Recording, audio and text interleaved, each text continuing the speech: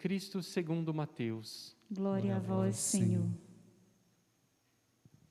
Naquele tempo, Jesus chamou os 12 discípulos e deu-lhes poder para expulsarem os espíritos maus e para curarem todo tipo de doença e enfermidade.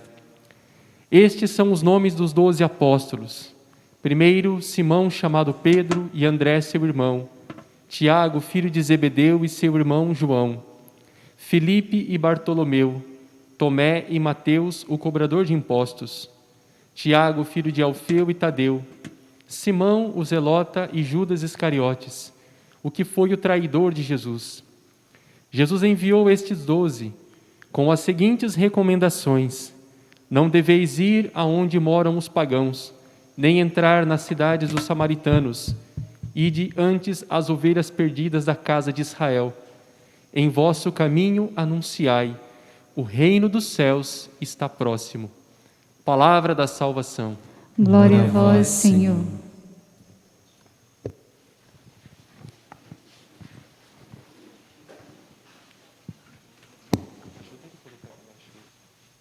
Ele te ajuda aqui. Certo?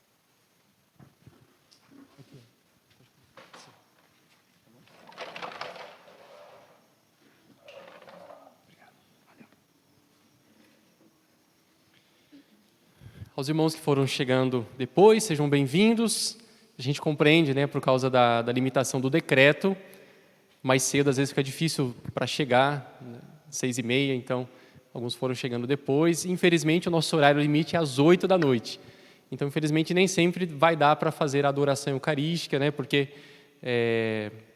às vezes o tempo não permite. Tipo, agora já é quase 7 da noite, né? Vamos ver, se der tempo, a gente faz um breve momento de oração e a bênção do Santíssimo. Se não, a gente celebra bem a Eucaristia, reza a partir dessa palavra. Amém?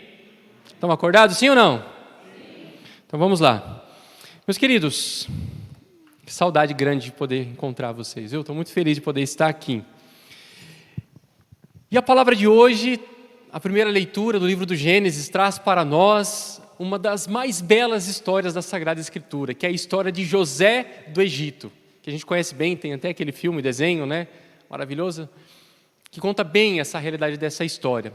Mas para refrescar a nossa memória, para a gente lembrar esse momento bonito, que é uma história que já prefigura também a própria figura de Jesus Cristo, nós sabemos que Jacó tinha 12 filhos, então o mais novo de todos, o caçulinha, que era chamado José, ele foi o filho que Jacó teve na sua velhice.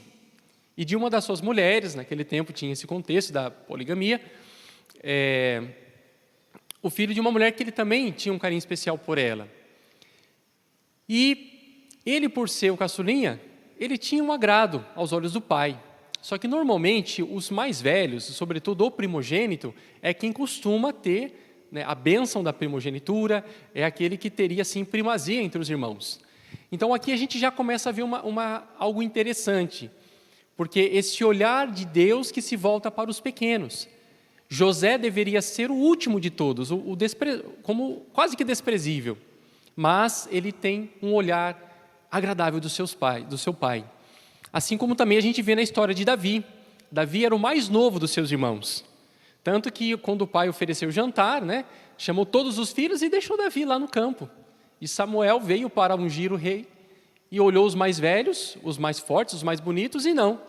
E depois Deus mostrou para ele que era o Davi, o menor. Então aqui a gente já vê uma mensagem bonita da Sagrada Escritura, esse olhar de Deus que volta para o pequeno. Amém? E aí o que acontece? José, ele tem um dom muito bonito, que é o dom dos sonhos. E ele, em determinado momento, teve um sonho onde ele viu os feixes, vários feixes, né, de palha, que simbolizava cada um dos seus irmãos. E o dele, que de repente ficou de pé, e os outros que se curvavam diante dele. Quando ele contou isso para os irmãos ficavam furiosos. Né? Uma porque o pai já tinha colocado nele uma túnica vistosa. Aí de repente ele vem com um sonho desse. Aí eles já estavam com raiva do irmão. Eles estavam pastoreando, e aí Jacó pediu para José levar o alimento para os irmãos. Quando José foi encontrar os seus irmãos, os irmãos viram, agora é a hora da oportunidade da gente acabar com esse menino. Então eles tramaram, vamos matar o nosso irmão. Olha só, irmão de sangue. Parece absurdo, né? Mas infelizmente acontece, ainda hoje. Ainda que não seja de sangue, às vezes a gente tem vontade de matar os irmãos que vivem conosco em comunidade, as pessoas que são, aquelas pessoas que são mais próximas, às vezes a gente é tomado de um ódio ou de uma indiferença, às vezes a gente é levado a mesmo desejar a morte do outro, ou matar o outro com a palavra, ou matar o outro com o olhar, ou matar o outro com a indiferença. Então os irmãos de José quiseram matar o seu irmão. Então tramaram, só que um deles se levantou, não, a gente vai ser culpado do sangue derramado do nosso irmão. Então tiveram uma ideia, vamos jogá-lo numa cisterna. E aí jogaram ele, possivelmente para deixá-lo morrer lá. Então jogaram o irmão no buraco. E aí, de repente, passa uma caravana, e aí eles têm a ideia, então vamos vender o nosso irmão, né? Então para evitar matar, vamos vender o irmão, a gente faz até um dinheiro com isso. E aí tiraram a túnica bonita do irmão, venderam José por um preço de um escravo. Olha só, quantas vezes tentados pelo pecado, pelo ciúme, pelo ódio, pelo desejo de estar em primeiro lugar. Certa vez eu vi assim, a palavra diz, chorar com quem chora e sorrir com quem sorri. Chorar com quem chora é até assim mais fácil. A pessoa está sofrendo, você vai lá e fica do lado e se solidariza. Agora, quando você vê alguém em sucesso, alguém crescendo, alguém se dando bem, e você sorrir com essa pessoa, significa o quê? Você celebrar a vitória do outro e não a sua. Aqui é mais difícil. E essa foi a dificuldade dos irmãos. Então, tiraram a túnica vistosa dele, jogaram lá, venderam o irmão pelo preço de um escravo, e aí o que fizeram? Mataram um animal, sujaram a túnica de sangue para mostrar para o pai que o menino tinha sido comido por uma fera. E aqui, queridos, nesse ponto, eu gostaria de trazer algo bem prático para a nossa vida. Quem são os amigos, quem são os irmãos, quem são aquelas pessoas que estão próximas de nós? Pessoas que a gente tem contato ou pessoalmente ou virtualmente pelo celular, pessoas com quem a gente troca mensagem. E aí eu pergunto, essas pessoas que nós conhecemos, essas pessoas que nós convivemos, estão nos promovendo? Estão nos apontando o caminho de Deus? Estão nos levando para perto da salvação? Ou será que as amizades e o nosso ciclo de convivência estão nos levando para o buraco? Sabe aquele irmão que faz aquelas propostas assim um pouco indecentes para frequentar aqueles lugares que não são muito cristãos, aquelas conversas que moralmente não são aceitas?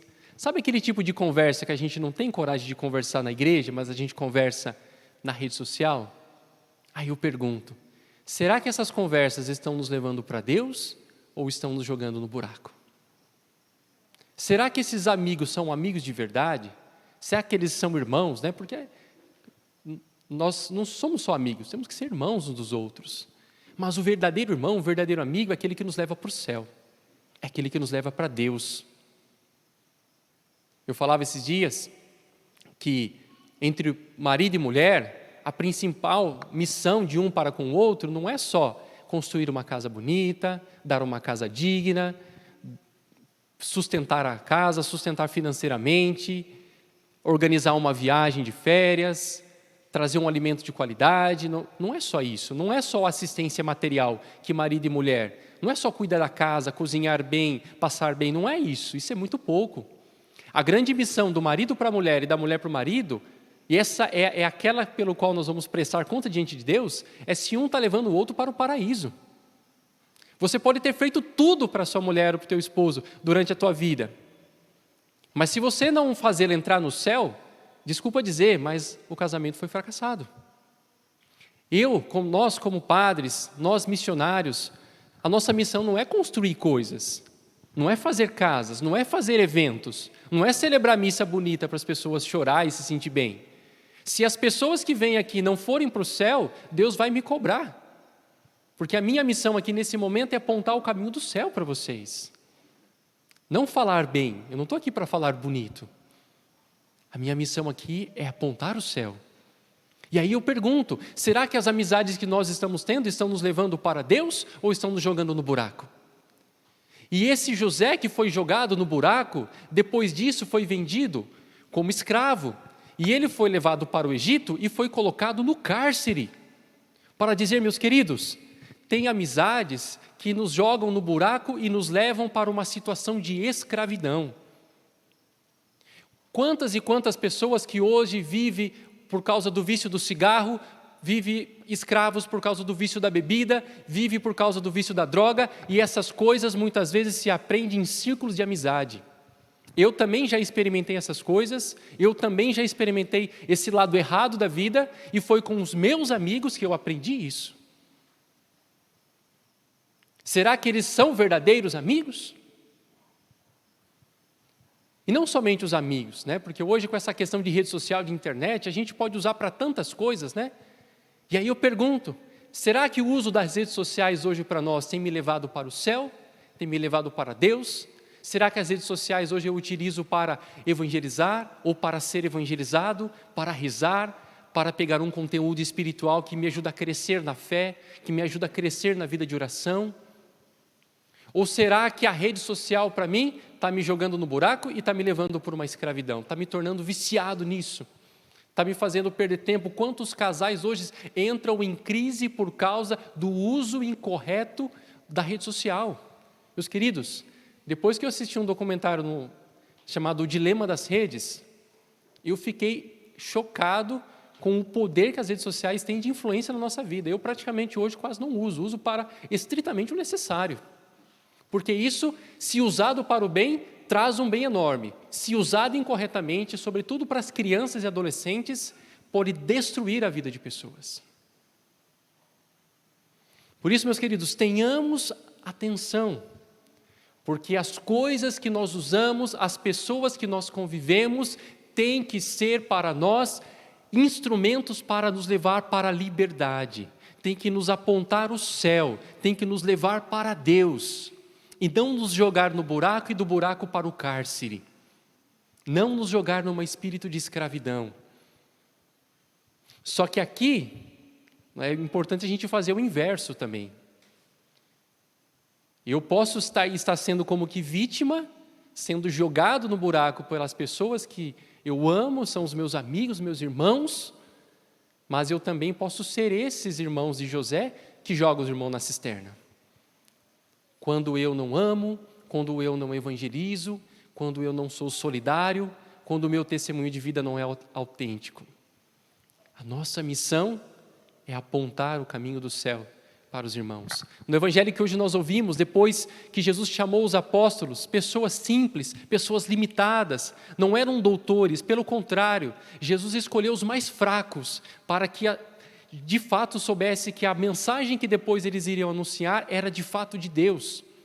E no final do evangelho de hoje diz: em vosso caminho anunciai, o reino dos céus está próximo. E aí eu pergunto, será que hoje eu estou anunciando o reino dos céus para os meus irmãos? Será que eu estou apontando o reino dos céus para os meus irmãos? Será que o meu jeito de viver, o meu círculo de amizades, os lugares que eu frequento, o jeito que eu falo com as pessoas, será que isso tem apontado o céu? Eu queria ler mais uma vez aqui para vocês, que nesses dias eu estou assim, muito impactado com o testemunho da Vitória. Vocês já ouviram, alguns já me ouviram falar 2 vezes disso, eu falo pela 3ª vez, me desculpem. A Vitória, para aqueles que não conhecem, é uma jovem de 19 anos do Brejo Santo, que participava na Aliança de Misericórdia, mas que estava com câncer e a doença avançou muito, deu metástase no corpo. E aí na semana passada, a família ligou para o padre João Fernando, pedindo que ele pudesse ir aqui no hospital para dar a unção fazer uma visita.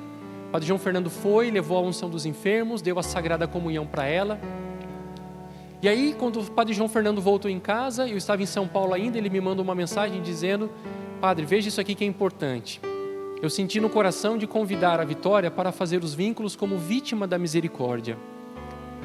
Na aliança nós temos 7 cores, as 7 cores do arco-íris, cada cor simboliza uma forma de evangelização. E a cor roxa é a cor que representa as vítimas de misericórdia. Quem são essas? São aquelas pessoas que têm um sofrimento mais intenso, de repente uma doença praticamente incurável, um sofrimento que acompanha continuamente, E essa pessoa se consagra, faz os vínculos na aliança, ofertando a Deus o seu sofrimento, unindo o seu sacrifício ao sacrifício de Cristo na cruz. E aí o padre João Fernando sentiu o desejo de convidá-la. Então eu falei, claro, ele no dia seguinte, junto com os missionários, organizaram para fazer os vínculos da vitória.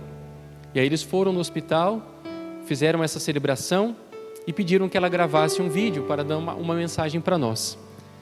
E as palavras da Vitória que eu transcrevi desse vídeo dizem assim: Oi pessoal, a nova intrusa da aliança. Quero passar aqui para agradecer e encorajar vocês neste ato de fé, com o bem mais precioso que é Deus. Uma jovem de 19 anos, já enxergando só de um olho, respirando com dificuldade, nos últimos momentos da sua vida, apesar da dor, apesar do sofrimento, apesar de estar às portas da morte, consegue dizer: Deus é o bem mais precioso da minha vida. Será que Ele é o nosso também? O bem mais precioso é aquele que tem que estar em primeiro lugar, gente. Se não está em primeiro lugar, não é o mais precioso. Estou aqui acamada, com uma vontade enorme de gritar para o mundo. Aí ela coloca a máscara, respira, pega um fôlego e diz: pela salvação e de que valeu a pena. Está lá limitada pelo sofrimento, pela sua condição física, mas o seu coração é maior do que ela. E ela quer gritar para o mundo inteiro, anunciar a salvação das almas. E quantas vezes até eu como padre, tenho vergonha de dar um testemunho mais autêntico na rua, no aeroporto, no avião. Então convido a você que ainda não se firmou a dar o seu primeiro passo pela salvação das almas. E vem com a gente que o céu é logo ali.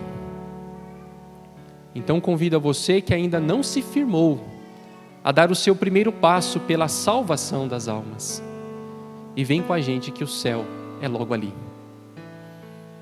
A Vitória ali na sua dor, no seu sofrimento, não usou do seu sofrimento como uma desculpa para evangelizar. Ela soube olhar para o céu e disse: o céu está perto, o reino dos céus está próximo. É isso que Jesus disse. A Vitória foi naquele momento ali uma apóstola da misericórdia, uma apóstola do evangelho. Ela anunciou o reino dos céus no leito da cama. Lá em Salto, na diocese de Jundiaí, tem uma mulher que está em processo de beatificação, que ela viveu anos de sua vida acamada, e ela evangelizava acamada. Muitas vezes eles levavam ela para encontros da igreja numa cama, e ela viveu uma santidade enorme assim, limitada pela realidade física, mas a alma que transcende. E por isso, irmãos, tenhamos cuidado, façamos uma reflexão, um exame de consciência hoje nessa Eucaristia.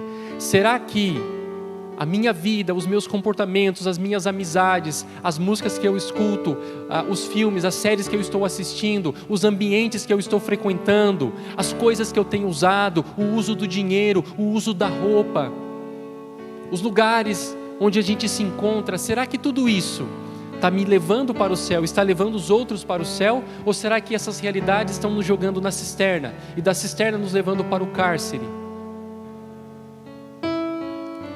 Se você hoje percebe que tem amizades, lugares, coisas, comportamentos que você precisa deixar para sair desse cárcere, para sair desse buraco, esse é o momento que Deus deu na sua vida. Essa é a hora de Deus para você. E o bonito dessa história, vamos avançar aqui para a segunda parte, é que aí José vai para o cárcere, e aí tem dois funcionários lá do faraó que cometem um erro na cozinha, o copeiro e o padeiro. Aí eles são jogados no cárcere também com José. Aí eles têm um sonho e ficam perturbados com o sonho. Aí José, pela sabedoria que Deus deu, conseguiu interpretar o sonho deles. Aí depois, quando o faraó teve um sonho e não conseguiu interpretar, José foi tirado do cárcere para poder interpretar o sonho do faraó. E José fez isso. E esse sonho previa uma grande fome, e o Egito na época era um país muito poderoso e rico, só que viria um tempo de seca. Então José falou: vocês precisam estocar alimento, farinha de trigo, estocar o trigo. E José fez isso, e o Egito conseguiu passar aquela carestia, e conseguiu ajudar muitas outras, vender trigo para muitos. E aí José se tornou o governador do Egito. Irmãos, olha como que é a ação de Deus. Deus pega aquele pequenino que foi jogado no buraco, que foi dado como morto, que foi jogado no cárcere. A mão de Deus tirou aquele homem do buraco, do cárcere, e fez dele o primeiro homem abaixo do faraó. Ele se tornou governador de todo o país do Egito. E por causa disso, aí a leitura de hoje. Os seus irmãos, os seus pais começam a passar necessidade e vêm comprar trigo no Egito. E José reconhece que são seus irmãos. E aí José manda eles para o cárcere também, manda um buscar o irmão mais novo, que era ele que tinha morrido. E aí José vai fazendo toda uma situação com eles, até o momento em que ele se revela como irmão deles. E aí ele começa a chorar e grita. Toda a casa do faraó ouviu o grito de choro de José. Mas aí o que os irmãos ficaram constrangidos com isso, né? Nossa, a gente tentou matar você, a gente vendeu você como escravo. E olha o que José falou para os seus irmãos. Eu sou José, vosso irmão, a quem vendestes para o Egito. Entretanto, não vos aflijais, nem vos atormenteis, por me terdes vendido a este país, porque foi para a vossa salvação que Deus me mandou adiante de vós para o Egito. Olha a humildade desse homem. Eles podiam mandar matar. Vocês quiseram me matar, agora eu vou matar vocês. Agora que eu tenho poder nas mãos. Mas não. José se humilhou perante os irmãos. Perdoou, entendeu, ele interpretou que mesmo aquele ato mal, mesmo aquele ato sofrimento foi providencial. Se não tivesse acontecido aquilo, possivelmente eles, os irmãos e o pai teriam morrido. Mas aquela desgraça na vida de José se tornou graça e salvação para a vida da sua família. E é isso que eu também hoje quero dizer para cada um de vocês. Talvez o momento difícil que você está vivendo hoje, talvez essa aparente derrota, talvez essa frustração, talvez essa aparente desgraça que você possa estar vivendo, se você viver e perseverar isso na fé, no amor a Deus, na presença do Senhor, pode ter certeza que a dor que você vive hoje se transformará em fonte de vida e salvação para a tua vida, para a tua família, para a tua casa. As lágrimas que você derrama hoje estão regando o solo onde você plantou uma semente, e essa semente vai dar fruto. O perdão que você dá hoje pode salvar a vida de alguém, porque a palavra perdoar, ela vem também da palavra absolver, e a palavra absolver significa soltar. Então quando você perdoa alguém, quando você se perdoa, quando você faz a experiência do perdão de Deus, as amarras se soltam e nós nos tornamos livres. Porque, meus irmãos, o Deus que nós acreditamos é o Deus que se importa com aquele que sofre, com aquele que chora. É o Deus que estende a mão para o pobre, para o fraco, para tirá-lo do buraco, para tirá-lo do cárcere e para dar a ele uma nova chance. E se você hoje está nessa condição, hoje o Senhor olha para você com amor, com misericórdia, e Ele estende a mão para te salvar. Eu fiquei muito tocado nesse ano lendo um relato de um testemunho dos nossos irmãos da Venezuela, que encontravam o senhor Ricardo na pastoral de rua, ele que vivia entre os lixos e comia comida no lixo. E depois de muito sacrifício, esses missionários conseguiram tirar aquele irmão daquele lixo, levaram para a nossa casa, cuidaram dele. Ele teve a possibilidade de uma nova experiência de vida. O senhor Ricardo, que já era batizado na igreja católica, mas que estava lá morando no lixo, de repente os missionários fazem um caminho com ele de catequese e ele pode receber a primeira comunhão. Então aquele que antes comia no lixo, agora come na mesa do altar do Senhor. Porque o Senhor, Ele tem o seu olhar voltado para aquele que é fraco, para aquele que sofre.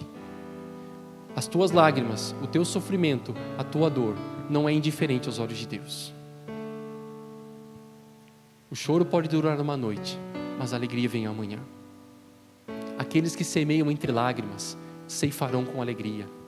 Chorando sairão espalhando suas sementes, cantando de alegria voltarão, recolhendo seus feixes. Talvez hoje você esteja em lágrimas, mas essas lágrimas trará uma grande fecundidade na sua vida, se você nesse momento confiar em Deus, se nós confiarmos no Senhor. Por isso, querido irmão, querida irmã, queria orar nesse momento com vocês, a partir dessa palavra. Queria que você pudesse, no instante, fechar os teus olhos. Nesse momento, vamos orar a Deus, vamos invocar essa presença do Senhor em nossa vida. Assim como essa palavra falou o nosso coração, meu irmão, minha irmã, o que Deus iluminou hoje para você? Se Deus está te mostrando situações, pessoas, amigos, lugares, o celular, a rede social, a televisão, se tem alguma dessas coisas, meu querido, que está te levando para um buraco, que está te jogando no buraco, está te lançando numa cisterna, está roubando a sua liberdade, esse é o momento, essa é a oportunidade que Deus te dá para renunciar tudo isso.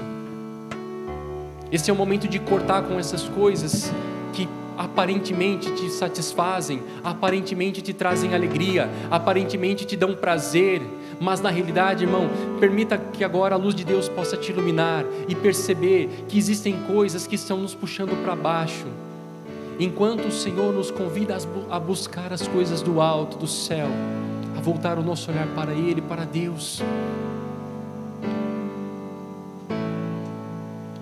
Meu querido, minha querida, se você se sente hoje num momento difícil, escuro, sombrio da tua vida, se você está atravessando um vale escuro, uma angústia forte que tem tomado conta do teu coração, se você tem passado duras provas, se você tem sentido que como tivesse caído e prostrado ao chão, cansado de caminhar, cansado de tentar, porque muitas vezes você se levantou e caiu de novo, se levantou e caiu novamente, mas não desista, porque o Senhor estende a tua mão para te levantar, assim como Ele levantou José, assim como Ele tirou aquele homem do cárcere, aquele que estava no último lugar, tratado como um criminoso, como um bandido, como um qualquer, um desconhecido, e de repente ele se tornou o primeiro, porque Deus exalta os humilhados, porque aqueles que estão no último lugar serão os primeiros.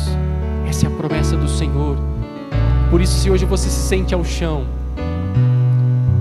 esse é o momento de tomar posse desse levantar de Deus na tua vida, não pelas tuas forças, mas pela graça de Deus, que quer te levantar e te resgatar de uma vida nova. Por isso vamos cantar juntos, vamos orar, vamos pedir a Deus que nos reerga. Eu te levantarei, eu te levantarei, filho amado, filho querido,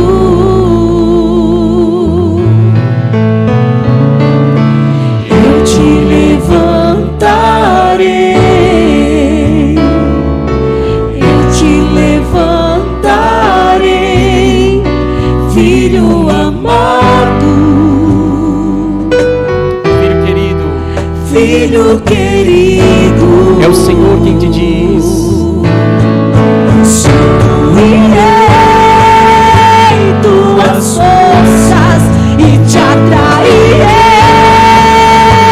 a mim e te darei novas vestes, filho amado. Restituirei tuas forças e te atrairei a mim e te darei novas vestes, filho amado.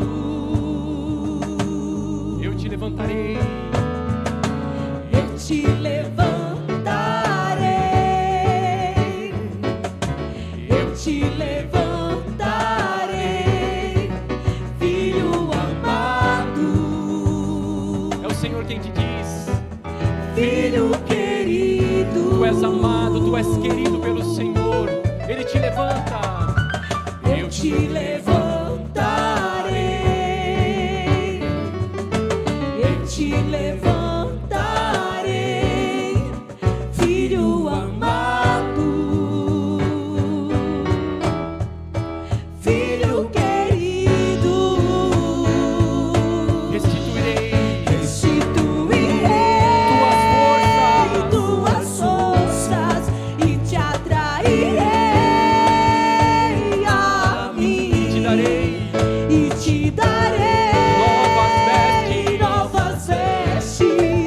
filho amado. Restituirei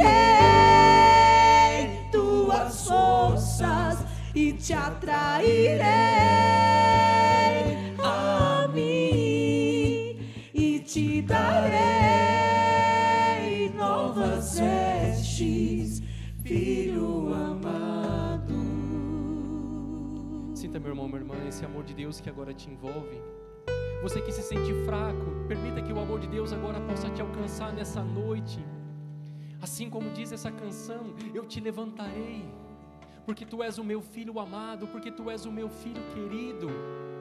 Eu vou restituir as suas forças. Se você se sente fraco, confia em mim, porque eu te dou nova força, eu te dou um novo ânimo, eu te dou uma nova fé, uma nova esperança.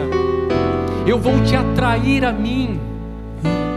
O Senhor disse: quando eu for levantado da terra, atrairei todos a mim.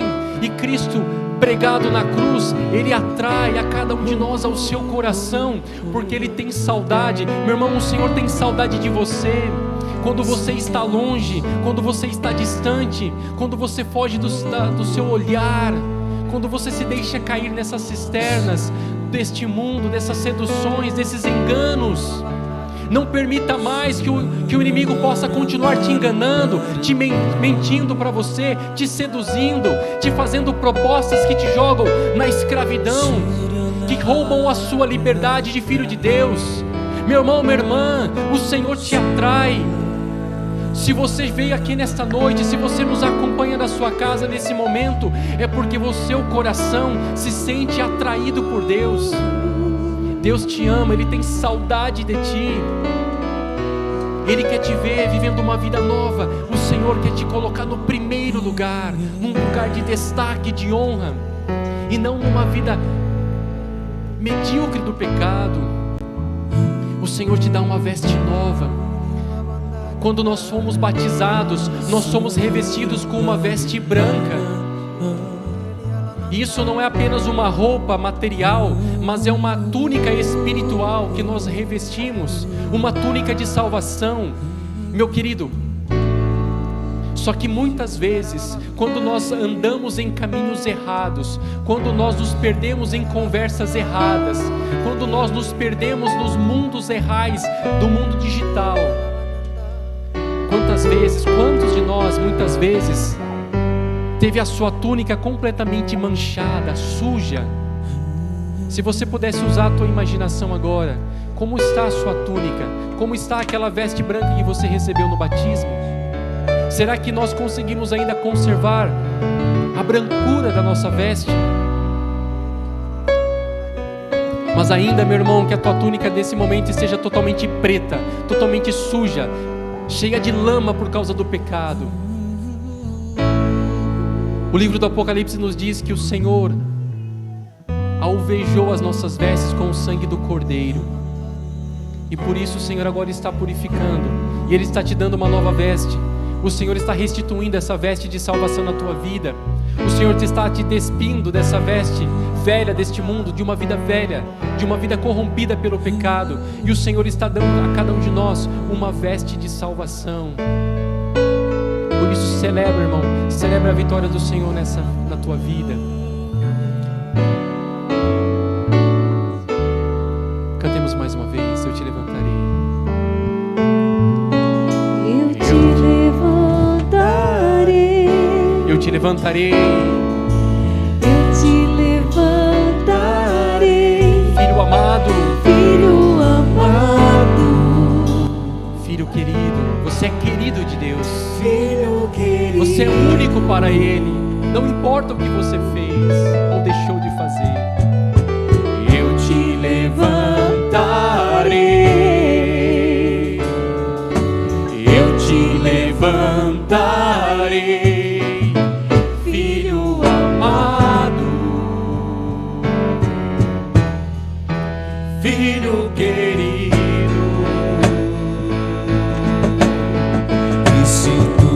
Restituirei tuas forças, te atrairei a mim e te darei